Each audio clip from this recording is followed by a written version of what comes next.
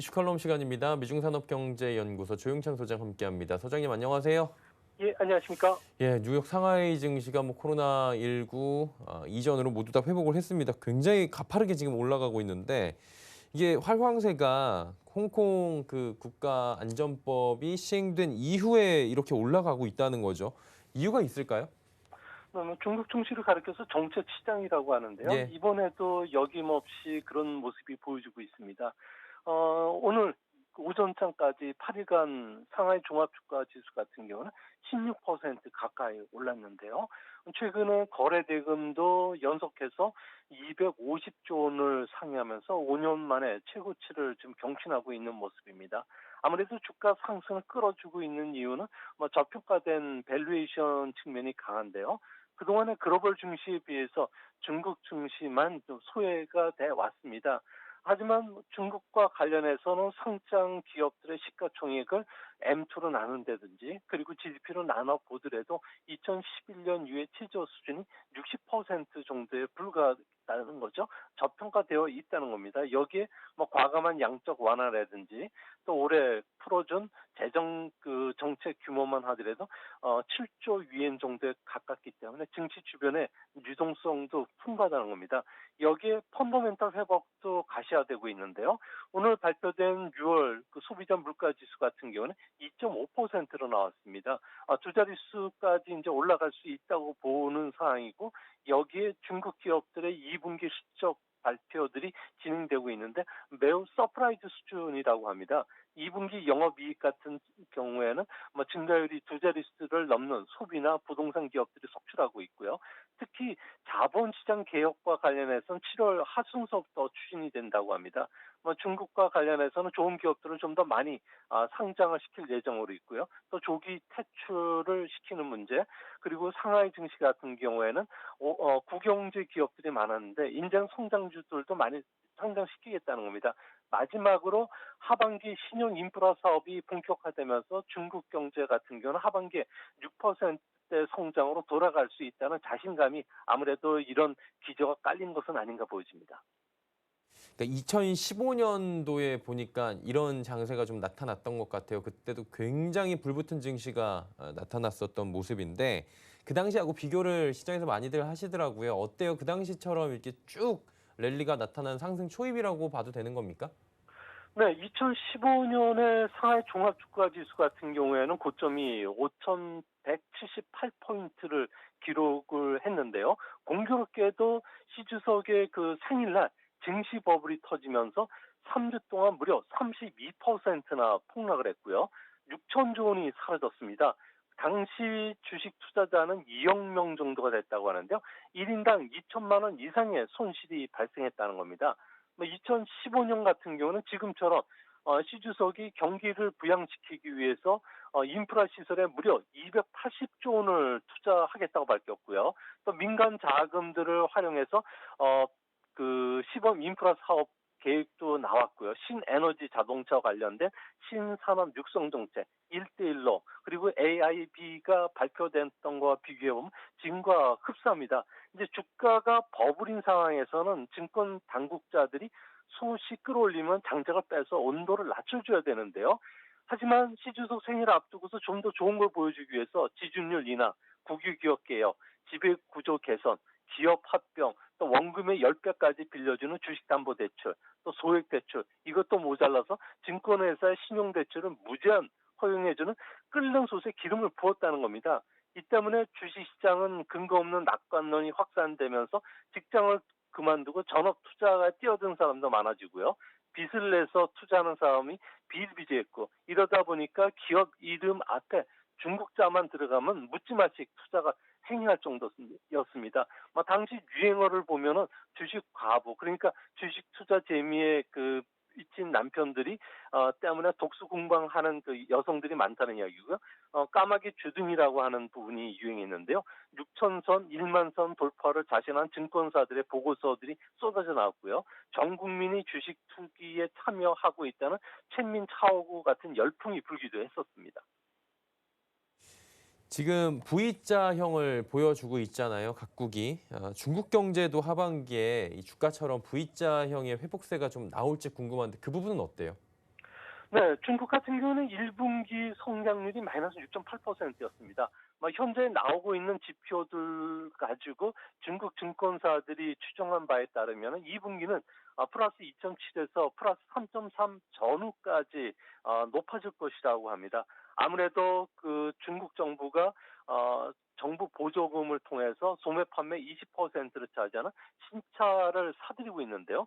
정부가 직접 트럭 구매와 같은 상용차를 사들이면서 신차 증가분의 3분의 2가 정부가 도와주고 있다는 겁니다. 소위 말해서 정부가 수요와 공급을 함께 창출시켜주고 있는데요. 이 때문에 6월 달 전력 생산량 증가율만 하더라도 플러스 9.1%, 제조 복귀율도 100%에 달하면서 철강 자동차 공업들은 이미 정상화되고 있습니다. 이 때문에 이를 근거로 추정한 6월 산업 생산은 플러스 6.4로 지금 상당히 높아지고 있는데요.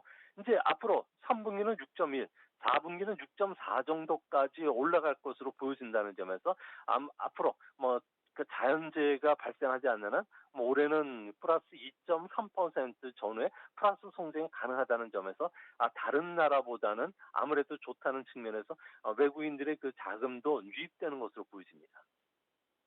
자, 그렇다면 하반기에 중국 증시 좀 낙관적으로 보시는 것 같은데 상하이 종합 주가 지수의 기준으로 어느 정도까지 더 올라갈 수 있다고 보십니까? 네, 증권 그 회사들의 내놓는 그 하반기 투자 전망을 보면은 하반기와 관련해서는 벌써 3,400에서 3,600선까지는 충분히 올라갈 수 있을 거로 보고 있는데요. 아무래도 중국 정부가 혁신 경제 정책인 중국 표준 2035를 발표했고요. 이제는 저가라든지 그리고 세계 공장 이미지를 벗어내기 위해서 브랜드 파워를 강화시키는 제조 강국 굴기 정책을 쓰고 있기 때문에 아무래도 이런 부분들을 좀 집중하는 것 같고요. 중국은 2021년에 공산당 창당 100주년 행사를 하게 됩니다. 공산당이 주도하는 신경제죠. ICT라든지 이런 쪽에 대해서 좀 잘하고 있다는 이야기를 듣고 싶어 하는 것 같고요. 또 소비 고도와 관련된 블루칩이죠. 의약품이나 식료품, 가정과 관련된 고급 브랜드 쪽에 그 관심들이 높고요. 또 공기업 기업과 관련된 낙관론이 커지고 있는 건 사실인데요. 이제 문제는 2015년도에도 증시 하락을 막기 위해서 여러 가지 상장 기업의 40% 거래 중단, 정책 통동원료까지 내놨는데요. 증시 버블이 터졌을 때는 날개 없이 증시가 떨어지기 때문에 백약이 무효하다는 점에서는 앞으로 중국 증시와 관련해서는 좀 펀더멘탈하게 접근해 주시는 게 좋지 않을까 보여집니다. 그리고 이제 중국이 하반기부터 본격적으로 추진하는 게 신형 인프라 사업입니다. 이게 근데 어떤 것인지 좀 감이 안 오거든요. 우리가 왜 주목해야 되는 건지 궁금하고 주목한 뒤에는 이제 혜택 보는 산업군들을 좀 봐야 되는데 이 부분 좀 짚어주시겠습니까? 네, 중국은 지금까지는 코로나와 관련된 방역 대책에 주력을 해왔는데요. 이제 앞으로는 경제 대책, 특히 주력이라고 할 수 있는 신형 인프라 사업에 본격적으로 투자를 하게 됩니다. 이제 5G 기지국 건설이라든지 데이터 센터, 그리고 인공지능, 사물 인터넷과 같은 디지털 인프라를 구축을 해서 질 높은 성장을 하겠다는 건데요. 이 때문에 무려 620조 원의 올해 채권을 발행해서 5G와 사물 인터넷, 커넥트카, 온라인 진료, 온라인 교육, 화상 교육과 관련된 다양한 그 기술 산업의 기술 고도화, 고부가가치를 좀 추진한다고 합니다. 이렇게 되면 소비 확대로 연결될 수가 있기 때문인데요. 당장 5G와 관련된 중국 내 기지국은 현재 20만 개지만 올해 중에 60만 개로 늘려면서 세계 5G 스마트폰의 시장 점유율을 70%까지 끌어올린다고 합니다.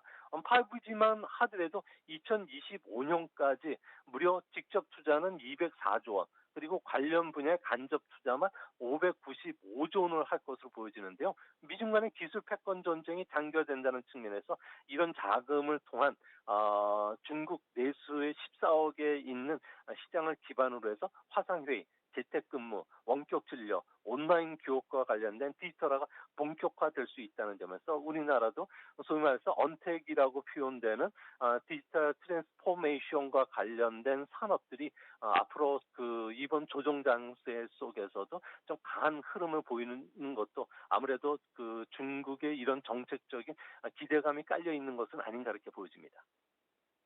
그리고 이제 홍콩 쪽을 짚어봐야 되는 게 홍콩 인권법 지금 통과가 되면서 홍콩 부호들의 자금이 해외에 이탈되고 있다. 뭐 이게 국제투자은행에서 경고가 된 건데요.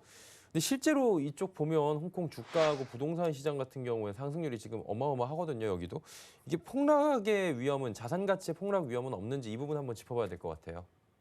네, 뭐 미국 같은 경우에는 그 중국 기업들 특히 은행들에 대해서 아무래도 상당한 제재를 가할 가능성이 있긴 합니다.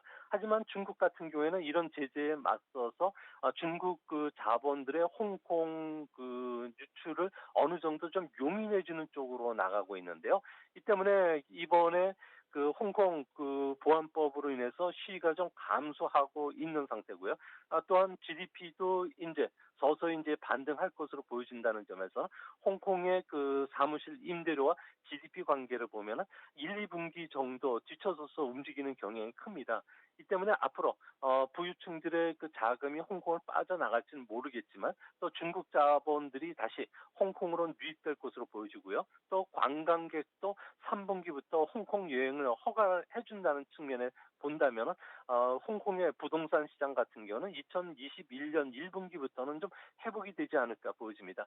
뭐 여전히 뭐 홍콩과 관련해서는 국제 허브 기능, 금융 기능들이 어느 정도 손상을 입을 수는 있겠지만 본토 기업들의 홍콩 비즈니스가 확대될 수 있고요. 이렇게 되면 신규 일자리 창출뿐만 아니라 국제 금융센터로서의 위상은 추락하겠지만 뭐 중국 최대 금융센터로서의 위치는 여전히 가능하기 때문에 뭐 부동산 수요 같은 경우는 중국발 수요로 인해서 크게 하락하지는 않을 것으로 보여집니다. 그리고 이제 안전자산 중에 금리 이야기 좀 해봐야 될 것 같은 게 이게 온수당 지금 1,800달러를 넘어섰거든요. 뭐 2,000달러 간다라는 얘기 있고요. 연초 대비해서도 뭐 20% 이상 이미 급등한 가격에서 또 올라간 겁니다. 계속해서 뛰고 있는데 이유 좀 들어볼까요? 네, 금가격이 상승하는 근거는 딱 이론적으로는 세 가지밖에 없습니다. 불확실성이 커서 안전자산으로의 도피 현상이 뚜렷해지면 수급상 올라갈 수밖에 없는 거고요. 또 기축 통화의 신뢰도가 떨어지는 경우입니다. 하지만 지금은 달러라는 기축 통화가 워낙 강건하고 버티고 있기 때문에 이런 상황은 아닌 것으로 보여지고요. 마지막으로 세계적인 정책 금리가 제로 상황까지 지금 떨어져 있는 상황입니다. 아무래도 각국이 양적 완화라든지 재정 정책을 강화시키고 있는데요. 이 때문에 현재 국제 금가격 같은 경우에는 온스당 1,800달러를 좀 넘고 있습니다. 아무래도 미국의 실질 금리가 떨어짐으로 인해서 많은 자금들이 금으로 지금 빠져나가고 있는데요. 실질 금리라는 것은 10년물 미국 국제 수익률의 기대 인플레이션을 뺀 가격입니다. 최근에 미국의 국제 수익률을 보면 0.6%로 제자리 걸음을 하고 있는데요. 반면에 국제 유가를 보면 10년 뒤에 기대 인플레이션이 올라간다는 걸 알 수가 있습니다. 이 때문에 실질 금리는 마이너스 폭이 더 확대되고 있다는 겁니다. 과연 금가격과 실질 금리 간의 상관관계가 얼마나 밀접하냐를 보여주는 거를 보면은 2006년 이후의 데이터를 보면은 상관계수가 무려 0.83 정도가 됩니다. 어느 것보다도 강하기 때문에 앞으로 실질 금리 움직임이 금가격을 좌우하지 않을까 보여집니다. 향후에 미국 실질 금리가 1%가 더 하락하게 된다면 금가격 올라갈 텐데 얼마나 올라가게 됩니까? 이론적으로? 네, 2006년도에 이후의 데이터를 바탕으로 보면요. 실질금리가 1% 낮아진다면 금가격은 324달러 정도가 올라간다고 합니다. 뭐 앞으로 미국 경기가 이제 바닥을 친 것으로 보여지고요. 또 경기 회복기에 들어갈 것으로 보여지는데요. 이렇게 되면은 10년물 국제 수익률은 현재 0.6%에서 1%까지 올라가게 됩니다. 달러 강세가 예상이 되지만 반대로 기대 인플레이션도 2%까지 올라간다면 달러 강세가 꺾일 수가 있는데요. 이렇게 되면 국제 금가격은 이론적으로 1,900달러까지 올라가게 됩니다. 극단적으로 10년물 국제 수익률이 2차 유행으로 인해서 제자리 걸음을 한다고 보고요. 기대 인플레이션은 2%까지 올라간다면 국제 금가격은 2,010달러까지 상승하게 됩니다. 반대로 10년물 국제 수익률이 2.5%까지 상승하고요. 기대 인플레이션이 보합세라면 금 가격은 1,530달러까지 떨어지게 됩니다. 결국 금을 투자하실 때는 미국의 실질 금리가 어떻게 움직이느냐를 보셔야 되고요. 실질 금리가 움직인다면 금 가격의 변동성도 커질 수가 있기 때문에 앞으로 이 부분과 관련해서는 좀 주의 깊게 보셔야 되지 않을까 생각이 됩니다. 네. 금 얘기해봤고요. 오늘 말씀 여기까지 듣도록 하겠습니다. 고맙습니다.